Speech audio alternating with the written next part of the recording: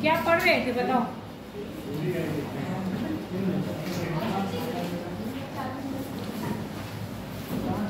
ये पता है फोन में चल रही है, इसमें क्यों नहीं चल रही मुझे समझ नहीं आ रहा है। Opening this file is not supported, पता नहीं क्यों नहीं है ऐसा। पेन ड्राइव को जब मैंने फोन में लगा के देखा तो आराम से शो कर रहा है, पर इसमें शो नहीं कर रहा है, पता नहीं क्यों। प्रदीप सर देखिए सर,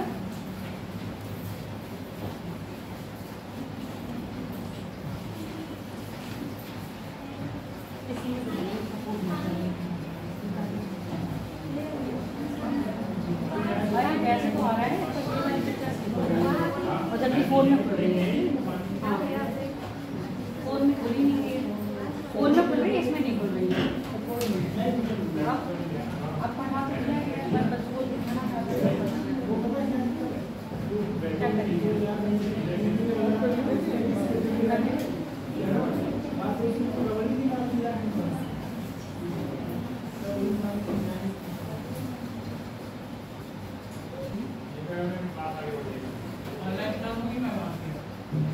पहले ये वाली जो क्लास है वो पढ़ लो। हिस्ट्री की में आपकी है पहले ये पढ़ लो, क्वालिटी और इकोनॉमिक्स और क्या ज्योग्राफी हाँ पे बात करेंगे। क्या पढ़ रहे थे हम लोग? Natural vegetation. क्या होता है नेचुरल वेजिटेशन? पहले रिविजन कर लेते हैं कल का थोड़ा। क्या है प्राकृतिक वनस्पति? बताओ आशा, थोड़ा बहुत आइडिया। हाँ बताओ मैम। मैम कहती बस शांत, जो प्रकृति द्वारा उगाई गई हो, मानवीय हस्तक्षेप ना आ गया हो, यानी कि ह्यूमंस का इंटरफेयर इसमें नहीं होता है। पेड़ पौधे, ऐसे पेड़ पौधे जो अपने आप ही क्या होते हैं, नेचुरली ग्रो करते हैं, ठीक, और अपने आप को क्या करते हैं, जो वहाँ का वायुमंडल है, वायुमंडल क्या कह लो, वहाँ का जो एटमॉस्फेयर है उसके अनुसार अपने आप को क्या करते हैं, अडॉप्ट कर लेते हैं, ठीक। और एडॉप्टेशन में क्या लगता है, बहुत टाइम लगता है। ऐसे सब सोचो, जैसे आप पहली बार आए थे तो यहाँ लोग, कई लोगों को अडॉप्ट नहीं कर पाए, धीरे धीरे लोगों का नेचर समझा, सर का नेचर समझा, मैडम का नेचर समझा, उसके बाद अब आप धीरे धीरे अडॉप्ट करने लगे। अगर मैं डांटती हूँ तो आपको लगता है चलो कोई नहीं, मैडम क्या कर रही है, प्यार से डांट रही है, हमारे भले के लिए डांट रही है ना। और अगर मेरा डांटने वाला नेचर रहेगा तो आप कहोगे मैडम का तो नेचर ही ऐसा है, हमको तो उन्हीं के साथ एडजस्ट करना है ना। अगर हंसमुख वाला नेचर होगा तो आप कहोगे मैडम का तो नेचर हंसमुख वाला है, हमें वैसे ही एडजस्ट करना है, तो आप वैसे ही क्या हो जाओगे, एडजस्ट हो जाओगे। सेम यहाँ पर पौधे भी क्या थे, अपने एटमॉस्फेयर के साथ वैसे ही एडजस्ट हो गए थे। एटमॉस्फेयर कह लो चाहे इन्वायरमेंट कह लो, वैसे ही एडजस्ट हो गए। अब क्या पूरे भारत में एक ही तरह के पेड़ पौधे या वेजिटेशन पाई जाती है? नहीं, अलग अलग पाई जाती है। कुछ टाइप्स बताओगे मुझे? हाँ बताओ, खड़ी हो, क्या नाम है तुम्हारा? सपना, बताओ सपना। जैसे कटीले प्रकार की झाड़ियाँ होती हैं और यहाँ पर हमेशा हरियाली रहती है, तो कभी भी में अपने पत्ते मतलब एक साथ नहीं सदाबहार। क्या करना है इसको? कुछ नहीं, बच्चों की ले ले क्लास के बाद। क्लास के बाद भैया उधर ही रख लो, अभी हलचल हो जाएगी इनमें। भैया उधर ही रख लो, हलचल हो जाएगी यहाँ पर। हाँ, शंकुधारी वन, ठीक है, अच्छा प्रयास है। पहली बारी हो ना आज तुम मेरी क्लास में? शुरुआत में मतलब शुरुआत में आए, उसके बाद आ जाए तो पहली बारी काउंट करा जाता है। और बताओ इसके अलावा अच्छा बताया उसने। मैंग्रोव वन और कटीले वन, एक एक करके बताओ, जितने तुम लोगों को, तो बन भी नहीं है। शुष्क वन कहाँ पाए जाते हैं? सिर्फ राजस्थान में पाए जाते हैं, और कहाँ पाए जाते हैं? गुजरात, उसके अलावा मध्य प्रदेश, और सीधे सीधे अगर हम बात करेंगे तो आपके कटीले वन है, गुजरात राजस्थान में तो पाए जाते हैं। इसके बाद सबसे शॉर्ट में अगर बताना चाहोगे तो छायावृष्टि प्रदेश, और छायावृष्टि प्रदेश कहाँ पड़ता है? पश्चिमी घाट के पूरब साइड, और छायावृष्टि प्रदेश में चंद्राकार आकार में ये फैले हुए हैं। कौन से? कटीले वन। समझ में आ गया? इसके अलावा पूछा जाएगा तो छायावृष्टि प्रदेश, वो छायावृष्टि प्रदेश कहाँ कहाँ जाता है आपका? उसमें मध्य प्रदेश का पार्ट आता है, तेलंगाना का पार्ट आता है, और उत्तरी कर्नाटक का पार्ट आता है। इसके अलावा और बताओ, 5 टाइप के थे, 6 टाइप के वन थे, बताओ। माधुरी बंद करो कॉपी, दोनों एक टाइप बताओ। 5-6 टाइप के हैं, अब मैं नाम लेके पूछूंगी। माधुरी, उष्णकटिबंधीय कौन से? उष्णकटिबंधीय में 3 प्रकार है।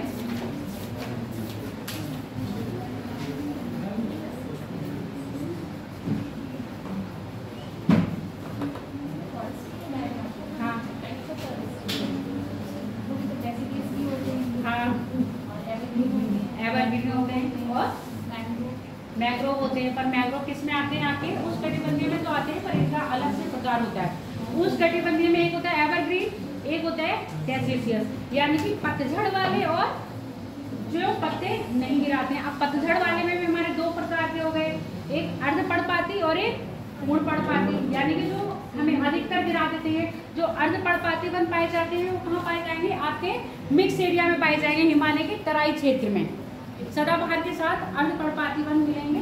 और बाकी जो उत्तर भारत में, पूरे उत्तर भारत में कहाँ से लेके तराई क्षेत्र से थोड़ा सा नीचे आके आपका दक्कन ट्रैक पूरा किससे मिलता है? पर्णपाती वन से मिलता है। इसी पर्णपाती वन के बीच में क्या मिल रहा है? आपके कटीले वन मिल रहे हैं, जो कौन से उसमें मिल रहे हैं? छायावृष्टि क्षेत्र में। अब ये जो अंतर दिख रहा है कि पर्णपाती वन के ही बीच में आपको कटीले वन मिल रहे हैं, रीजन बताओ इसका।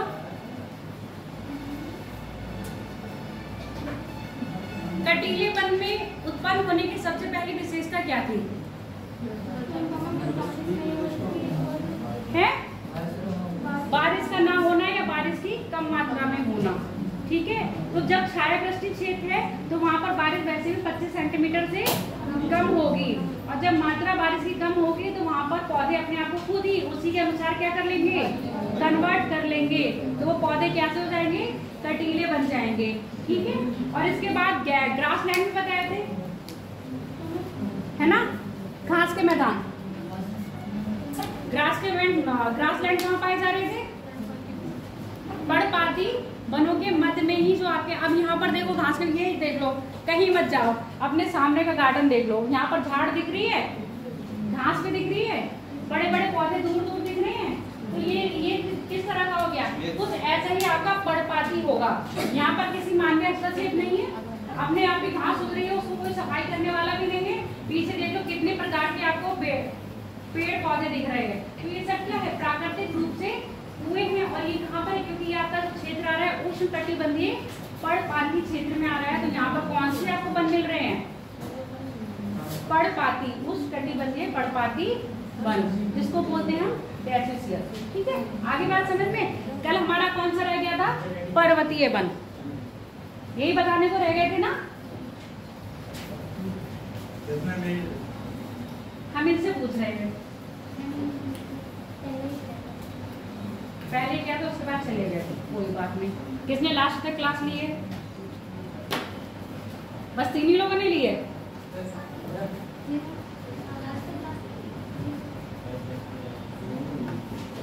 तुमने नहीं ली थी? आए नहीं है, ये गायब थे। कहाँ गायब थे तुम? तस्लीम नाम है तुम्हारा? बताओ नाम, चलो एक का तो याद हो रहा है। कल जो क्लास छोड़ी थी हमने कौन कौन से बात कर ली थी? उष्णकटिबंधीय सदाबहार वन, उष्णकटिबंधीय अर्धपर्णपाती वन, उष्णकटिबंधीय पर्णपाती वन, मैंग्रोव वन और आपके शुष्क वन, है ना। ये सारे वनों की बात कर ली थी। बस एक बच रहा था हमारा माउंटेन फॉरेस्ट, पर्वतीय वन। पर्वतीय वन मैदानी वनों की अपेक्षा क्या करते हैं, एक अलग प्रवृत्ति रखते हैं। जैसे मैदानी वन है यानी कि भारत में और वन है, उनकी प्रवृत्ति क्या है कि वो मानसून यानी कि वर्षा का अनुसरण करते हुए अपने आप को वातावरण के अनुसार ढालते हैं। इसके विपरीत पर्वतीय क्या करते हैं, पर्वतीय वन मानसून का अनुसरण न करते यानी कि वर्षा का अनुसरण न करते हुए ऊंचाई का अनुसरण करते हैं। जैसे जैसे आप ऊंचाई पर जाओगे तापमान क्या हो जाएगा, कम होगा बढ़ेगा, कम होगा। तो मुस्कुरा के एकदम बोला करो कम होगा, ठीक है। जैसे जैसे ऊंचाई पर जाएंगे तापमान कम होता जाएगा। तापमान कम होने के साथ साथ आपको वनस्पति में भिन्नता दिखाई देगी, ठीक है। तो अगर कभी आएगा एक तरफ जो आपके मैदानी है, भारत की ऐसे सुनना स्टेटमेंट अगर आता है भारत की वनस्पति वर्षा का अनुसरण करती है, पहला कथन हो गया, ठीक है। इसी के साथ दूसरा कथन, पर्वतीय वन भी वर्षा का अनुसरण करते हैं। अब दोनों सही होंगे या दोनों गलत होंगे, या एक सही होगा एक गलत होगा, एक गलत होगा। कौन सा वाला, पर्वतीय, क्योंकि पर्वतीय वन क्या कर रहे हैं, वर्षा का अनुसरण ना करके ऊंचाई का अनुसरण करते हैं। और ऊंचाई यानी कि टेम्परेचर जैसे जैसे परिवर्तन होता जाएगा, चेंज ऑफ टेम्परेचर और चेंज इन वेजिटेशन, ठीक है। जैसे जैसे टेम्परेचर में परिवर्तन होएगा वैसे वैसे आपकी वेजिटेशन में परिवर्तन आता जाएगा।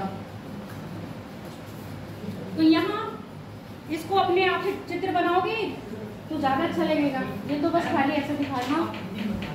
क्या कह रहे हो? अरे भैया बता दिया जाएगा, हिंदी में भी बता दिया जाएगा।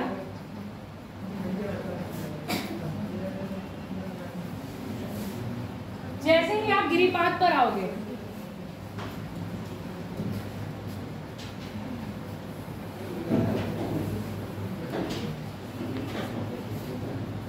चित्र समझ लेना।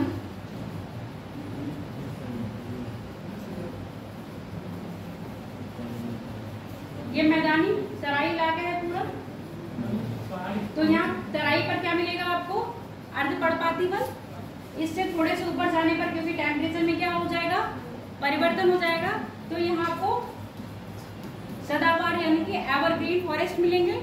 तो यहाँ पर कौन से आपके 1500 तक की ऊंचाई यानी कि 1500 मीटर तक की ऊंचाई पर आपको मिक्स पौधे मिलेंगे, यानी कि मिक्स वेजिटेशन मिलेंगे। और मिक्स किसका होगा, वो अर्धपर्णपाती वन का और आपके सदाबहार वनों का।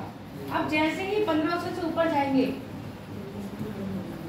कहाँ पर जाओगे, 2500 मीटर, टेम्परेचर थोड़ा सा क्या हो जाएगा, चेंज हो जाएगा। यानी कि ये आपका ट्रॉपिकल था और ये आपका हो जाएगा टेम्परेट। कल ही बात करी थी, जितने भी मैदानी क्षेत्र में आप पौधे पाएंगे सबको हम उष्णकटिबंधीय कह रहे थे ना, ट्रॉपिकल जोन के कह रहे थे। तो यहाँ पर जो मिल रहा है आपका ट्रॉपिकल जोन के मिल रहा है इस साइड में। उसके बाद थोड़ा सा ऊपर चढ़ोगे तो आपका कौन सा हो जाएगा, टेम्परेट जोन आ जाएगा। यानी कि ऊपर से नीचे की अपेक्षा ऊपर टेम्परेचर क्या हो जाएगा, कम हो जाएगा। कम हो जाएगा तो यहाँ पर वो पौधे पाए जाएंगे जो कहाँ पाए जाते हैं, शीतोष्ण क्षेत्र में पाए जाते हैं। और ऐसे पौधे जब आप थोड़ा सा ऊपर जाओगे तो आपको क्या मिलेंगे, थोड़े से पत्ते नीचे की अपेक्षा कम चौड़े पर ऊपर की अपेक्षा अधिक चौड़े। बात समझ में आई नहीं? नहीं आई?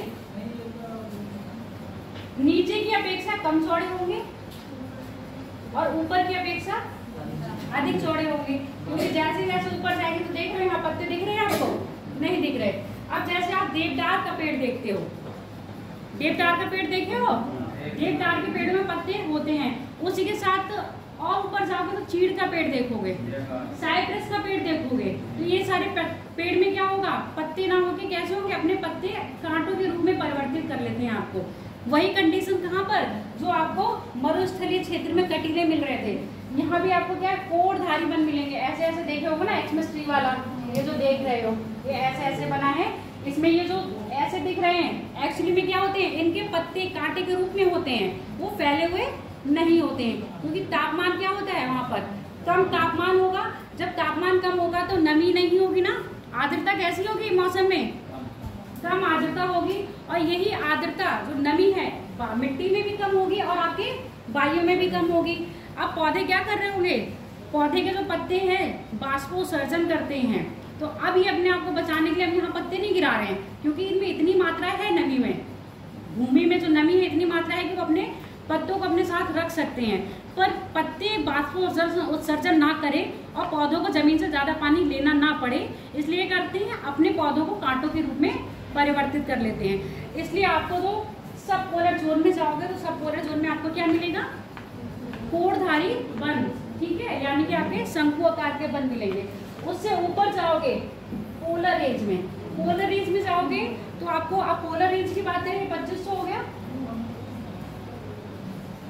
यहाँ पर 4500 मीटर से 800 मीटर पर है, ठीक है, 4800 मीटर यहाँ पर आपको मिलेगी पोलर यानी कि टुंड्रा वनस्पति। अब टुंड्रा वनस्पति से बिल्कुल ऊपर पीक पर जाओगे यानी कि 4800 से ऊपर जाओगे तो आपको बर्फ की टोपियां लगी हुई मिलेंगी। पहाड़ के बिल्कुल ऊपर आपको एक भी क्या नहीं मिलेगा, वनस्पति नहीं मिलेगी, मिलेगी तो क्या मिलेगी, सिर्फ बर्फ। उससे थोड़ा सा नीचे आओगे तो क्या मिलेगा आपको, काई और थोड़ी थोड़ी घास। उसके बाद थोड़ा सा नीचे आओगे तो यही आपको मिलेंगे सब पोलर वाले पेड़ जो आपके शंकुधारी पेड़ है। उसके बाद थोड़ा सा नीचे आओगे तो क्या मिलेगा आपको, जो आपके देवदार के पौधे होते हैं वो मिलेंगे। उसके नीचे आओगे तो आपको मिक्स मिलेगा, किसका, पर्णपाती का और सदाबहार वनों का। समझ में आ गया डायग्राम। 2500 से ऊपर है 4500 मीटर, 4500 मीटर है 4800 मीटर, और 4800 मीटर से जितना भी ऊंचाई पर जाओगे क्या मिलेंगे आपको, बर्फ से ढकी हुई टोपी, नॉट चोटी।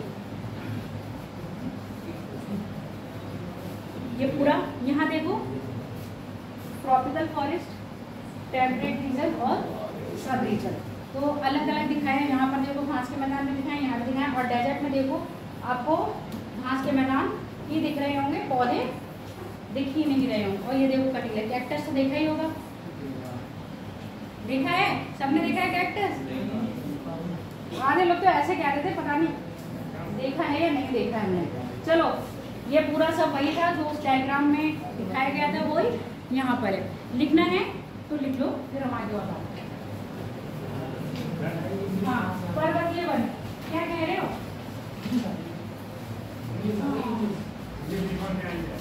इंग्लिश नहीं समझ में आ रही तो हिंदी में मैं बोलूंगी ना, तुम्हें इंग्लिश से क्या लेना देना है। अब तुमको देखो, तुम लोगों को मैं हिंदी में बोल के समझा देती हूँ, जो बेचारे इंग्लिश वाले उनको कम से कम दिखा तो दूं। तुम तो ये जाने बस मेरे भला करा जाए, बाकी किसी का भला ना करा जाए। जवाब सुनो,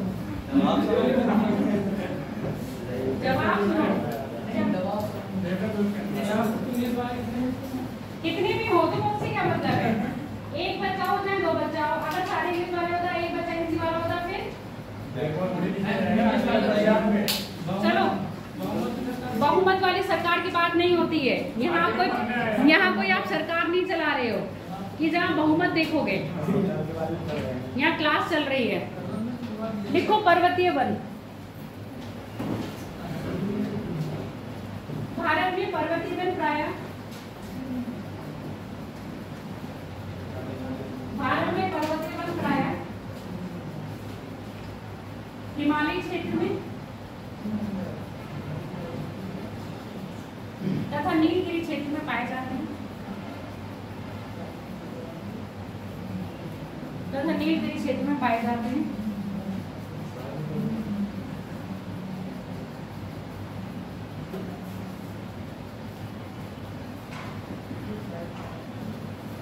तथा नीलगिरी क्षेत्र में पाए जाते हैं। पर्वतीय वन, पर्वतीय वन वर्षा का अनुसरण न करते हुए, पर्वतीय वन वर्षा का अनुसरण न करते हुए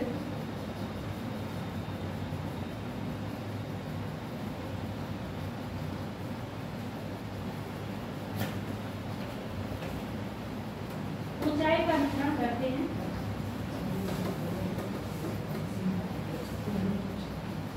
इसमें आपको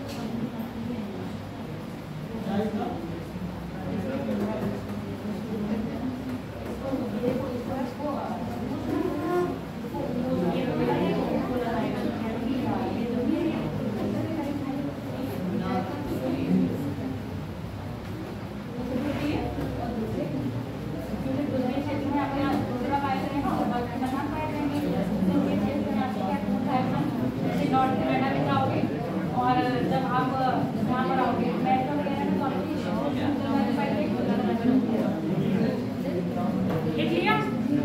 लिखा? ऊंचाई का अनुसरण करते हैं तथा उसी के अनुसार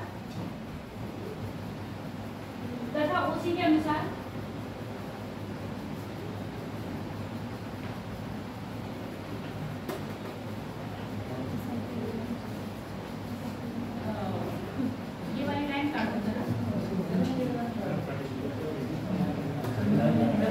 हाँ ये वाली हटा दो, ये तथा उसी के अनुसार ये हटा दो। हाँ क्योंकि ऊंचाई के बढ़ने के साथ साथ तापमान में क्या होती है? कमी। वृद्धि बोली गई थी इधर से, क्योंकि ऊंचाई के बढ़ने के साथ साथ, इसीलिए लिखवाया ये पॉइंट, ऊंचाई के बढ़ने के साथ साथ तापमान में कमी होती है, जिस कारण ऊंचाई के बढ़ने पर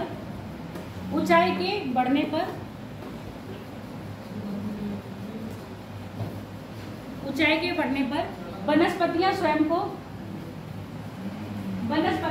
को ये सुनिए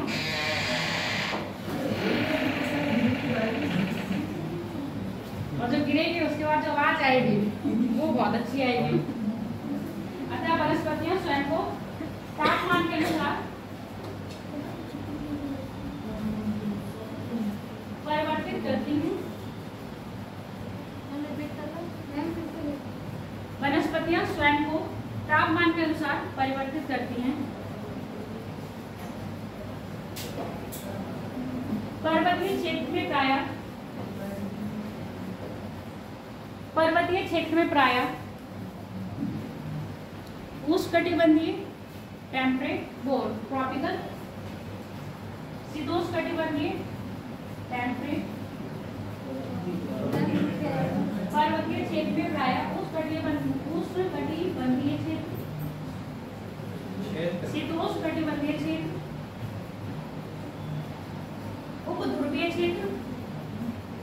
उपध्रुवीय क्षेत्र,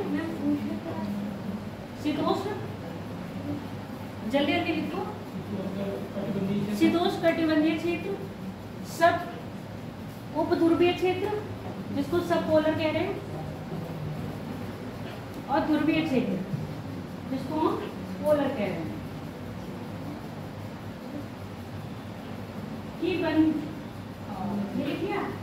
ये वनस्पति प्राप्त होती है,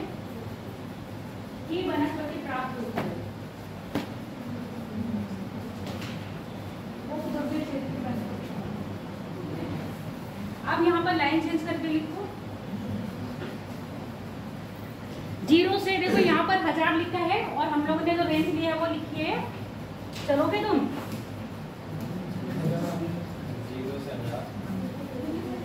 1500, ठीक है।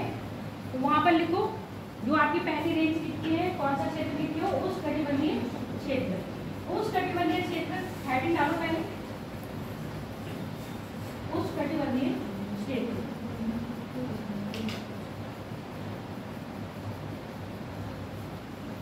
जीरो से 1500 मीटर तक की ऊंचाई पर जाने पर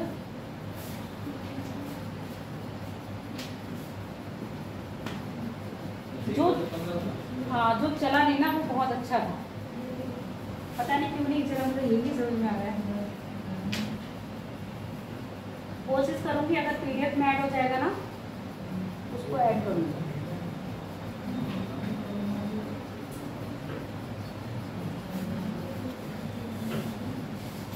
टेम्परेचर कैसा होगा यहाँ पर? टेम्परेचर कैसा होगा? आर्द्रता कैसी होगी? क्योंकि तराई क्षेत्र की बात कर रहे हैं, ठीक है। टेम्परेचर कम होगा और तराई क्षेत्र होगा, आर्द्रता होगी। जो पेड़ पौधे पाए जाएंगे वो एवरग्रीन होंगे।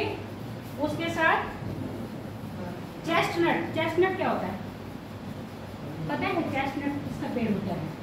देखे हो? नहीं देखे होगा। ये चेस्टनट है, बनी के अर्धपाती वनों में आता है, ठीक है। तो ऊंचाई लिखी, इसकी ऊंचाई के अनुसार 0 से 1500 मीटर तक जाने पर आपको आर्द्र तापमान मिलेगा। आर्द्र तापमान का मतलब समझ रहे हो ना, जो नमी होगी वायु में वो कैसी होगी, आर्द्र होगी, और टेम्परेचर थोड़ा सा ठीक ठाक होगा, ना ही ज्यादा हाई और ना ही ज्यादा लो, मीडियम टेम्परेचर होगा। देख लिया, ठीक है। आर्द्र तापमान मिलेगा तथा मिश्रित वन, मिश्रित पौधे पाए जाएंगे। मिश्रित पौधों में लिख लो एवरग्रीन और पर्णपाती, सदाबहार। सदाबहार, एवरग्रीन का मतलब सदाबहार। अरे भैया आप तो एवरग्रीन हो, आपका तो मौसम कभी जाता नहीं है, मतलब आप तो सदाबहार हो। जैसे तुम कह रहे थे मैं सदाबहार गाने पता है, सदाबहार वन भी पता है, सदाबहार गाने पता है, ठीक है। तो इसमें आप लिख लो एवरग्रीन, फॉरेस्ट हो गया, और कौन से हो गया आपका पर्णपाती वन। पर्णपाती वनों में कौन कौन से पौधे आ रहे थे, नाम बताओगे जरा एक हाथ का। चीड़ आ रहा है पर्णपाती में,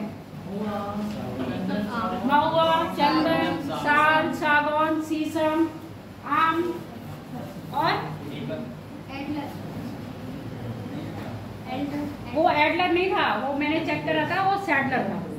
हाँ हाँ ठीक है, आगे पढ़ पाती, ठीक कर लेना।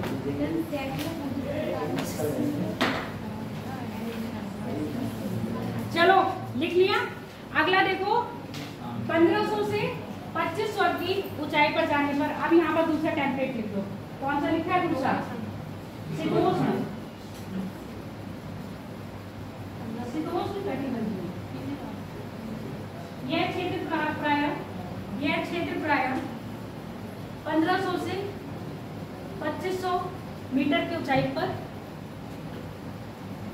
1500 से 2500 मीटर की ऊंचाई पर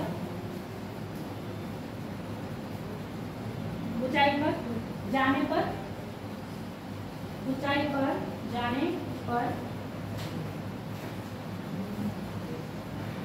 देवदार,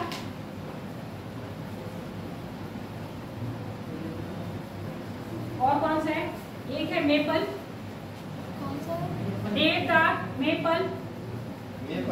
मेपल, ओक। देखो यहाँ पर पाइन दे रखा है, देवदार दे रखा है, सिल्वर पाइन भी दे रखा होगा, साइप्रस दे रखा है, और इसको है एक बोलते हैं स्प्रूस, सिल्वर है। लेपल की बात लिख दिया है, एक है स्प्रूस, ओक, एक बर्च करके भी है, बर्च वुड्स। अच्छा ब्रिज यहाँ पर लिखा है 3000 से 500। इतने ही बहुत है, याद कर लेना, और वैसे भी याद करने ही करने हैं, क्योंकि मैचिंग के लिए आ जाता है। अगर मैचिंग के लिए नहीं आएगा तो लकड़ी का नाम दे दिया जाएगा और लकड़ी की फिर विशेषताएं पूछी जाएंगी। इस लकड़ी से क्या बनता है, वो मेरी शक्ल देख रही है कि पता नहीं क्या क्या मैडम पढ़ा रही है।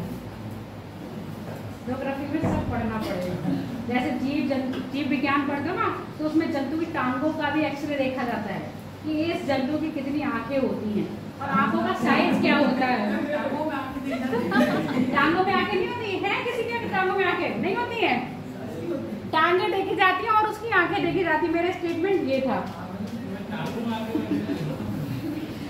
अगला लिख लो, उसके बाद ये पूरा लिख लिया। अगले लिख लो, कौन सा है आपका जिसको हम कह रहे हैं सब पोलर जोन। यह क्षेत्र प्राय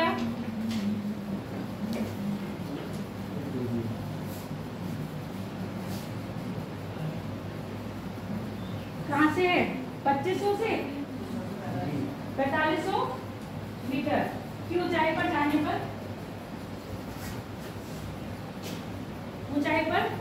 पर कौन कौन से मिलेंगे आपको, कोढ़धारी वन है ना। कोढ़धारी में कौन कौन सा आ जाएगा आपका, चीड़,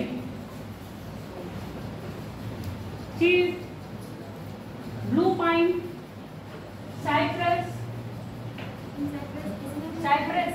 थोड़ा मैच कर जाता है, जहाँ पर कौन सा जोन होता है आपका मिक्स वाला। साइप्रस हो गया, उसके बाद ब्लू पाइन हो गया। साइप्रस पेड़ भी है बेटा, साइप्रस नीम में भी आते हैं साइप्रस और ये वनस्पति। ठीक, लिख लिए हो। इत्यादि आगे कर लेना, इतने नाम हम भी याद नहीं रख सकते हैं। पाइन भी है और ये बुश बोला था वो भी है। इसके बाद आ जाओ, उसके बाद उपध्रुवीय के बाद कौन सा आएगा आपका ध्रुवीय क्षेत्र। ध्रुवीय क्षेत्र 4500 से 4800। इस क्षेत्र में 4800 की ऊंचाई पर टुंड्रा प्रकार की वनस्पति देखने को मिलती है, जिसके अंतर्गत घास, काई। टुंड्रा प्रकार की वनस्पति देखने को मिलती है जिसके अंतर्गत घास, काई आदि सम्मिलित है।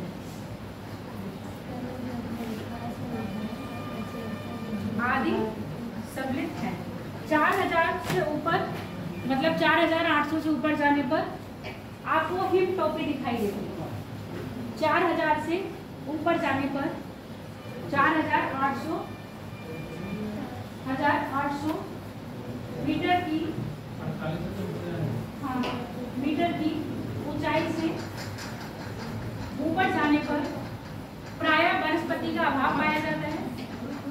प्रायः वनस्पति का अभाव पाया जाता है। इस क्षेत्र में हिमटोपी, इंग्लिश वाले ग्लेशियर लिख लेना।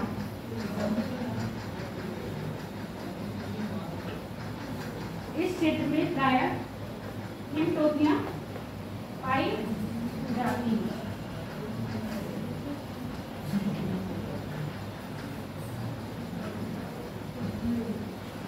इस क्षेत्र में एक और लिख लेना सनोवर।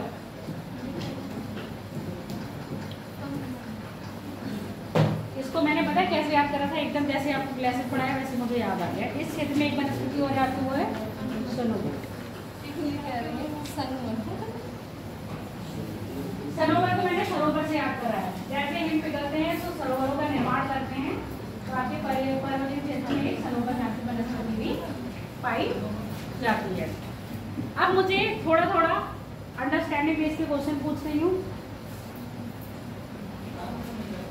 आंसर आप लोग लिखते अपनी कॉपी में, जो जो आइडियाज लोग दोगे आप लोग वो सारे ऐड ऑन करते जाओगे, ठीक है। ये नोट्स आपके खुद के बनाए हुए हैं, तो आप अपने शब्दों में खुद ही लिखोगे। वनस्पति, पहली बात इतना सब कुछ पढ़ लिया। वनस्पति महत्वपूर्ण क्यों है, इंपॉर्टेंस क्या है इसकी मानव जीवन में, प्रकृति में और आपकी पृथ्वी पर।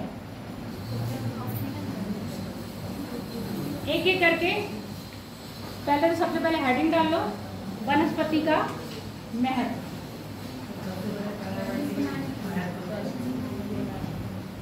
धीरे धीरे सब बताना और आगे वनस्पति का महत्व। अगर हम वनस्पति के महत्व को डिवाइड करते हैं, वर्गीकृत करेंगे, क्लासिफाई करेंगे, तो कितने पार्ट में डिवाइड कर सकते हैं।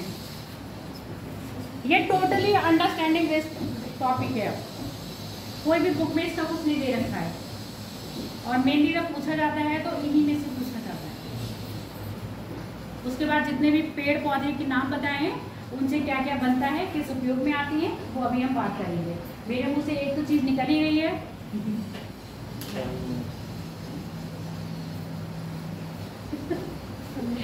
बताओ। आर्थिक महत्व, पहला हेडिंग डालो इसी में, बताओगे तुम सब लोग अपने आप ही। अभी आर्थिक महत्व पे हम क्या करेंगे, फर्दर डिवाइड कर सकते हैं। हेडिंग को भी डालना है, जो आपने वर्गीकृत कर रहे हो ना इसके वनस्पति के महत्व। तो पहला है आर्थिक महत्व, हेडिंग। चलो दूसरा बताओ। अभी हेडिंग बता रहे हो, उसके बाद इसी को आप आगे एक्सप्लेन करोगे। दूसरा बताओ, पर्यावरण महत्व लिखो।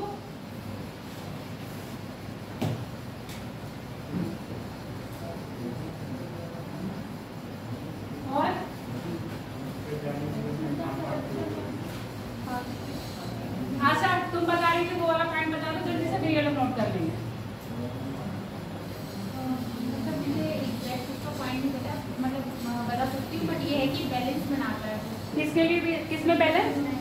जैसे कि जो हमारा जो इकोसिस्टम है, इकोसिस्टम में, यानी कि जो आपका क्या हो गया इकोसिस्टम को हम हिंदी में क्या बोलेंगे आपके?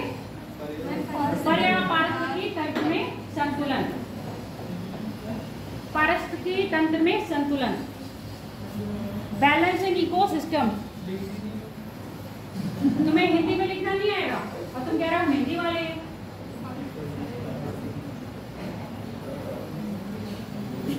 पारिस्थितिकी तंत्र में संतुलन।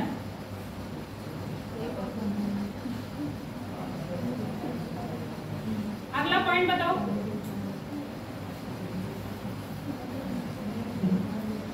देखो अभी आप इतने लोग हो तब पॉइंट निकालने में इतनी दिक्कत हो रही है, जब मेंस में आंसर राइटिंग करोगे तब कैसे निकालोगे पॉइंट? तब तो सडनली आपके सामने टॉपिक आ जाएगा। अभी तो आप पढ़ रहे हो। एग्रीकल्चर बेस्ड, मुझे लगता है कि एग्रीकल्चर से डिफॉरेस्टेशन ज्यादा होता है, क्योंकि आप एग्रीकल्चर लैंड लेने के लिए पेड़ों को काट देते हो ना। ये तो बेनिफिट नहीं है इसका, बताओ। मृदा अपरदन संरक्षण के लिए आवश्यक है, बहुत अच्छा पॉइंट।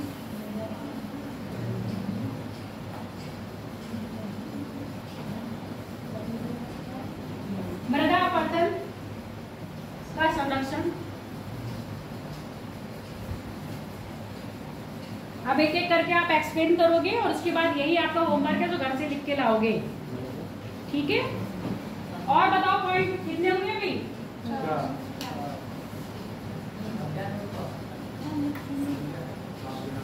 खाद्यान्न। खाद्यान्न में ऐसे पौधे आ जाएंगे जो नॉर्मली क्या करते हैं, हमारी फूड चैन भी इसमें आ जाएगी ना। तो इसमें जो आपका परिस्थिति तंत्र वाला इकोसिस्टम आया है, फूड चैन इसी में ऐड हो रही है। खाद्यान्न के लिए उपयोगी है क्योंकि कुछ पेड़ पौधे ऐसे होते हैं जो हमारे लिए क्या दे रहे हैं,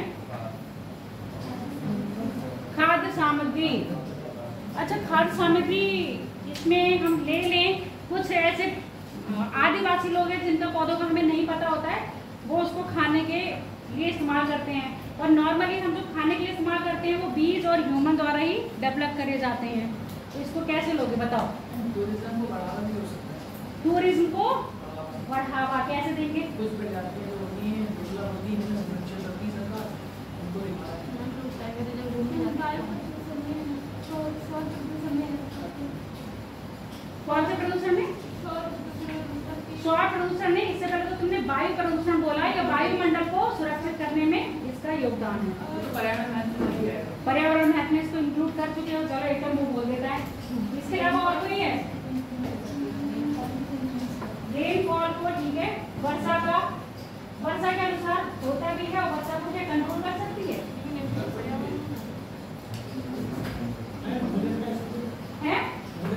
भोजन का उसने बता दिया भाई, खाद्यान्न में आ रहा है। बताओ, सोचो, दिमाग दौड़ाओ जरा। दिमाग के जो घोड़े इधर उधर दौड़ते हैं ना, आज उसको एक पॉइंट पे दौड़ाओ। हैं? लिख सकते हो, देखो आप अपने में लिख सकते हो। ये तो क्या? ऊर्जा, कौन सी ऊर्जा? चलो ऊर्जा बता रहे हो तो कौन सी ऊर्जा? अगर तुम ऊर्जा के लिए भी पेड़ को काटोगे तो वन का क्या हो रहा है? विनाश हो रहा है।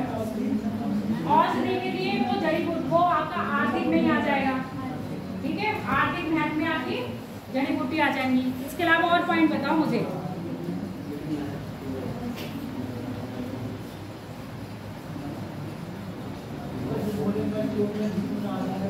है जीवन का आधार, ये हो सकता है। प्राकृतिक सौंदर्यता को बढ़ाना, ठीक है। पेड़ पौधे ही नहीं होंगे, आपके सर पे बाल नहीं होंगे, आपके आईब्रोज नहीं होंगे, तो कैसे लोगे? सोचो। तो ये भी एक तरह से क्या है, आपके पेड़ पौधे जो आपके चेहरे की सुंदरता को बढ़ा रहे हैं। प्राकृतिक सौंदर्य लिख लो।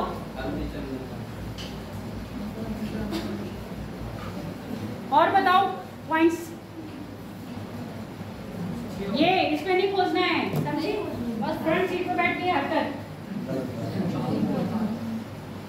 ये क्या हो रहा है?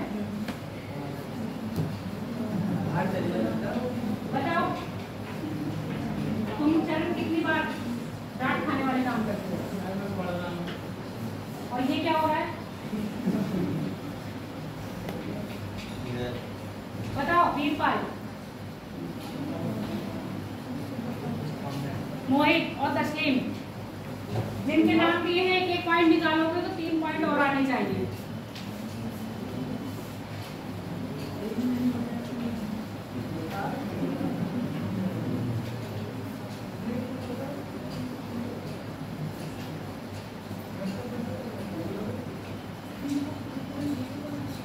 मेरे ख्याल से सब इसी में माइनर में सब इसी में आ जाए।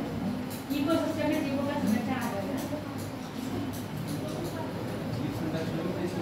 ग्लोबल वार्मिंग आ जाएगा, पर्यावरण वाले में जीव संरक्षण वही अब बोल रहे हैं, वही तो बोल रहे हैं कि समान चीज पर समान आंसर मिलेंगे।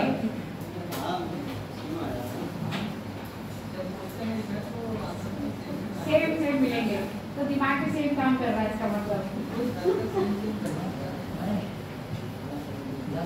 क्या तटवर्ती क्षेत्र में जो आपके पौधे होते हैं वो सुनामी और ये ज्वारीय तरंगों से रक्षा नहीं करते? कोस्टल लाइन का क्या करते हैं? संरक्षण। तटवर्ती क्षेत्रों की रक्षा, स्पेशली इसमें आपको मैंग्रोव वन मिले जाएंगे।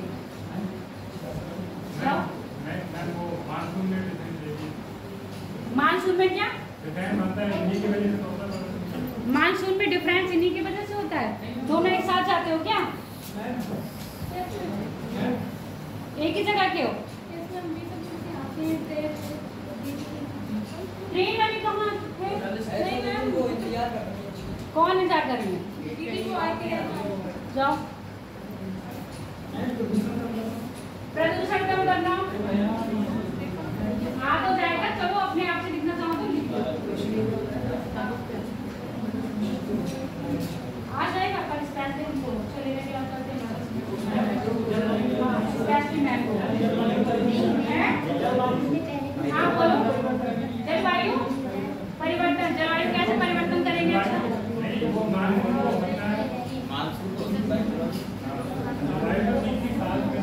बताओ, डिस्कस करके बताओ मुझे, जलवायु कैसे परिवर्तन? मानसून को परिवर्तन करेंगे कैसे?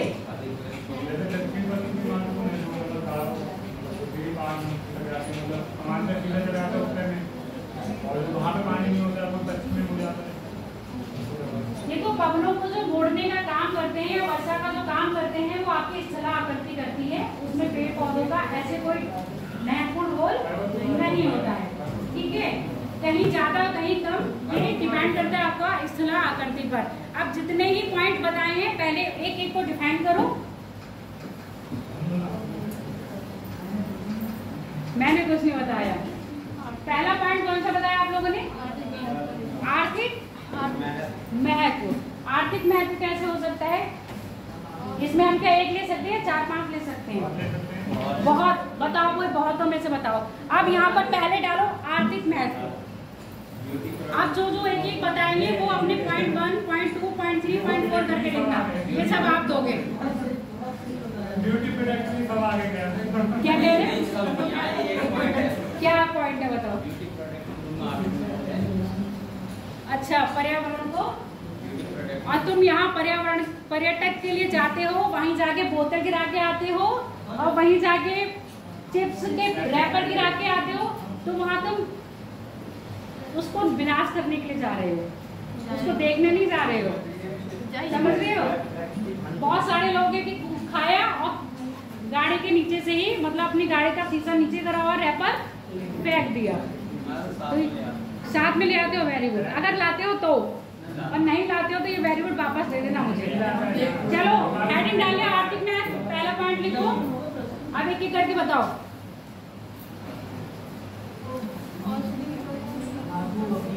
आप देखो, आप बोलेगी साक्षी, इतनी देर से साक्षी बिल्कुल चुप बैठी है। हाँ बोलो। औषधि के लिए, फर्नीचर वगैरह, ठीक है। जो हमारी देखो कई वनस्पति ऐसी होती हैं जो औषधि निर्माण में सहायक होती हैं।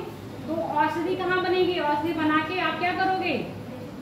उसको बेचोगे। तो कहाँ कर रहे हो वो? एक तो आपका मेडिसिन के रूप में, अगर इसको आप आर्थिक महत्व के अलावा उसमें लिख लोगे, किसमें? औद्योगिक, वो औषधिक महत्व में, तब भी आपका एक अलग से पॉइंट बन जाएगा। अलग से पॉइंट बना लो। औषधि महत्व, यहाँ पर एक 8वां पॉइंट औषधीय महत्व। तो आप क्रय विक्रय करना, पहली बात जो वनस्पति होती है, जो हम जंगल में लकड़ी होती है उसको कटाई करके क्या करते हैं, फर्नीचर बनाते हैं। फर्नीचर बनाने के साथ साथ आपके जो ट्रेन के क्या बनते हैं, स्लीपर बनते हैं, ट्रेन के जो कोचेस बनते हैं, सब बनते हैं। किसने कहा आप नहीं बनते हैं? तुम रहने दो अपना कहना। उसके बाद जो आपके पैकेजिंग के डब्बे पहले देखते थे ना, आते थे तख्ते वाले डब्बे, बॉक्स, अभी आते हैं वो वाले बॉक्स फल वगैरह के लिए जो आते हैं। तो ये चीजें किससे बन रही है, आपके लकड़ी से बन रही है। कोई लकड़ी ऐसी होती है स्पेसिफिक, उससे वही चीज बनेगी। कोई लकड़ी ऐसी होती है जिससे आप कुछ भी बना सकते हो। कागज उद्योग में महत्वपूर्ण है कि नहीं है, लिख लो फटाफट। कागज उद्योग में महत्वपूर्ण, रबड़ बनाने में कुछ पौधे ऐसे हैं जिनसे क्या निकल रहे हैं, आपके रबड़ के पौधे हैं जिनसे आप क्या निकालते हो, रबड़ निकालते हो। पॉइंट में लिखते जाना ये सब अपने आप से। कपड़े, कपड़े इसमें नहीं आएंगे। कपड़ों के लिए हम एक विशेषकर क्या होता है, जो आपका शहतूत का होता है, रेशम पालन करते हैं कीट के लिए, तो उसमें अगर आप अलग से बनाना चाहो तो ऐसे जैसे रेशम पालन के लिए उपयोगी, तो रेशम पालन आप शहतूत के पेड़ में करते हो तो उसमें बन सकता है। अगला बोलो, और कोई पॉइंट है? आगे में आ जाएगा, क्योंकि कुछ पॉइंट ऐसे हैं जिसमें बहुत कुछ अपने अंदर समाहित कर ले रहा है। अगला बोलो, क्या कह रहे हो? आगे बोलो, अगला पॉइंट क्या है, लिख दिया होगा इसमें। क्या क्या लिख के पॉइंट बताओ, नंबर 1, नंबर 2, नंबर 3 करके। क्या 4 लिख के बताओ। औषधि उपयोग, फर्नीचर उपयोग, आप कागज उद्योग में, इसके साथ रबड़, ठीक है, रबड़ बनाने में यानी कि रबड़ उद्योग में। इसके अलावा और कोई उद्योग हो जाएगा, कोयला उद्योग। कोयला तो पहली बात तो जो हम कोयला इस्तेमाल कर रहे हैं वो धरातलीय कोयला इस्तेमाल कर रहे हैं। लकड़ी वाला जो कच्चा कोयला होता है वैसे तो हम इस्तेमाल करते ही नहीं है उसको। बस अगर इसमें लिख सकते हो घरेलू उपयोग में, तो घरेलू ईंधन के रूप में क्या कर सकते हैं, वनों का कुछ आर्थिक महत्व होता है। हाँ, ईंधन रूप में, ईंधन रूप में, ईंधन के रूप में। सूती वस्त्र उद्योग में, सूती वस्त्र उससे कहाँ बनते हैं, कपास के बनते हैं, और कपास का कौन करके आता है, तो वो हम दूसरा पौधा पड़े निकाल सकते हो, करके निकाल लो। सूती वस्त्र उद्योग में कपास के पौधा।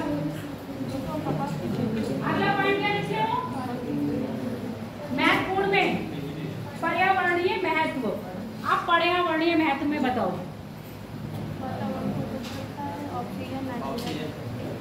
सिर्फ ऑक्सीजन, सबसे पहली बात पौधे क्या करते हैं, प्रकाश संश्लेषण की क्रिया करते हैं, और प्रकाश संश्लेषण की क्रिया करके क्या करते हैं, O2 को लेते हैं, छोड़ते हैं। अच्छा, O2 को छोड़ते हैं और CO2 को लेते हैं। Very good. उससे क्या होता है आपके GHG प्रभाव में सबसे ज्यादा इफेक्टिव जो गैस है आपकी CO2। वायुमंडल में जो CO2 बढ़ती जा रही है उसको क्या करते हैं, एब्जॉर्ब करते हैं।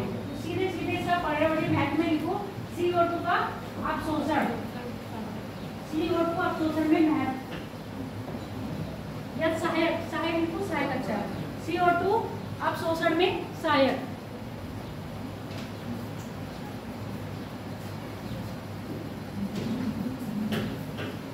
CO2 ऑब्जर्व मतलब अडॉप्ट कर रहे हैं ना। अगला एक पॉइंट लिखा है, दूसरा बताओ पर्यावरण है, सिर्फ यही करेगा। ध्वनि प्रदूषण को कम करने में सहायक है। ग्रीन मफलर पूछा जाता है कि ग्रीन मफलर किससे लिंक है, बताओ किससे लिंक है? वायुमंडल प्रदूषण से, ध्वनि प्रदूषण से, मृदा प्रदूषण से या ध्वनि प्रदूषण से, ठीक है। तभी आएगा ग्रीन मफलर को क्या है योजना। तो ग्रीन मफलर योजना क्या है, आपके रोड के किनारे किनारे हरे पौधे लगा देना, जिससे क्या होता है जब ध्वनि का प्रदूषण होता है वो पौधों से, ध्वनि क्या होती है पौधों से टकराती है और वापस लौट जाती है, शहरों के अंदर प्रवेश नहीं कर पाती है। तो ध्वनि प्रदूषण में भी क्या आ जाता है, ये आपका सहायक होते हैं। इसके अलावा हाँ, वन्य जीव को तो लिखवा दिया, वन्य जीव संरक्षण में सहायक, जैव विविधता का महत्वपूर्ण क्षेत्र, वन्य जीव संरक्षण में सहायक है। अगर आप पेड़ पौधे काट दोगे तो जो वन्य जीव हैं वो कहाँ जाएंगे, शहरों में आ जाएंगे। वन्य जीव संरक्षण अधिनियम कब आया था, है? बताओ चरण, तुम पढ़ रहे थे। वन्य जीव संरक्षण अधिनियम 1972।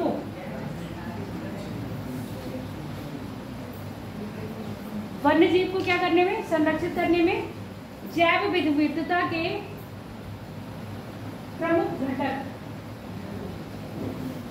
जैव विविधता के प्रमुख घटक। इस तरह से लिखोगे तो शांत वैली लिख लेना। सर्वाधिक जैव विविधता भारत में पाई जाती है आपके शांत वैली केरल में।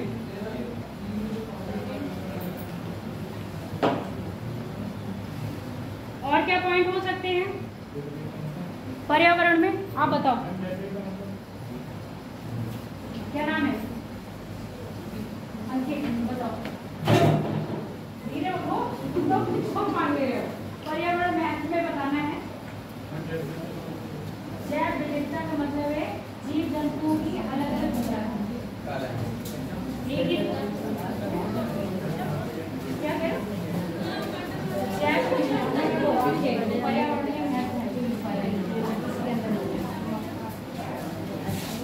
क्या योगदान है, ऑक्सीजन मिलती है, ऑक्सीजन बता दिए।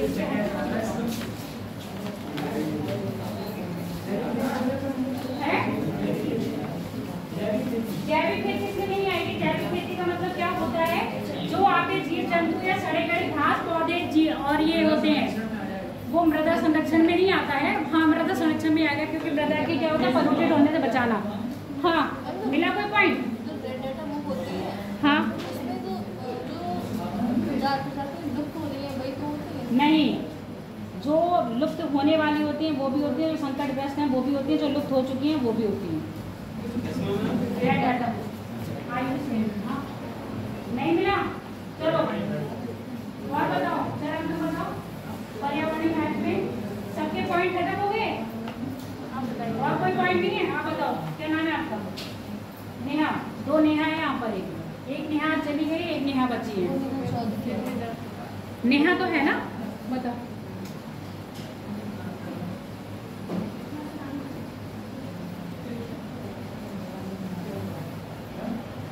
कुछ नहीं भी वो होंगे।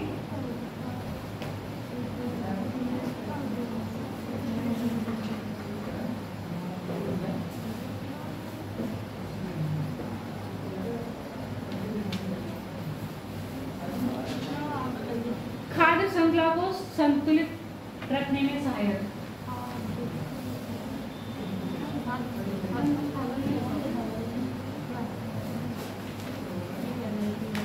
खाद्य श्रृंखला को संतुलित रखने में सहायक। कभी कभी पिरामिड पूछा जाता है कि कैसा होता है, सीधा होता है या उल्टा होता है। इसमें भी आ जाएगा, इसमें कर लेना। अगला पॉइंट क्या है, अगला मैथ क्या है, अगला यही है। चलो और इसमें बताओ और कैसे परिस्थितिक तंत्र में संतुलन, इसमें और पॉइंट बताओ। एक ही पॉइंट है।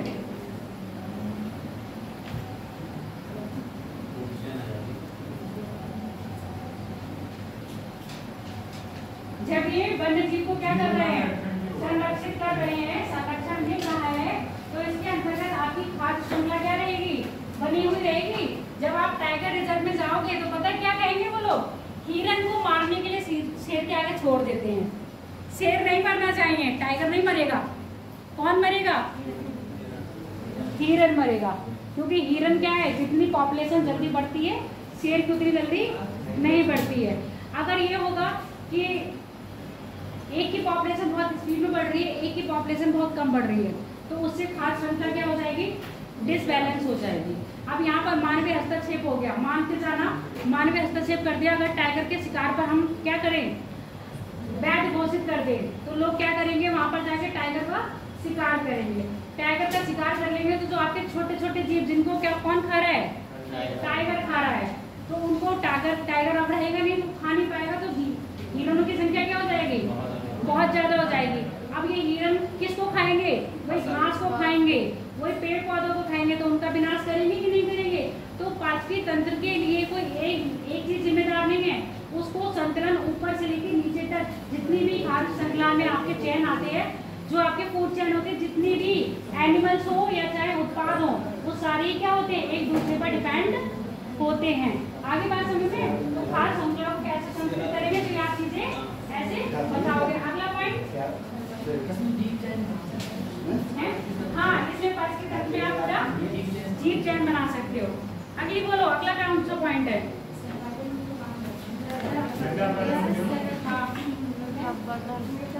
मृदा अपरदन। बहुत इजी है, बताओ, क्योंकि मृदा के बचाव में ये वाला कहा गया था ना, अधिक से अधिक पौधों का क्या होना चाहिए, रोपण, यानी कि पौध लगाना चाहिए। बताओ मृदा अपरदन में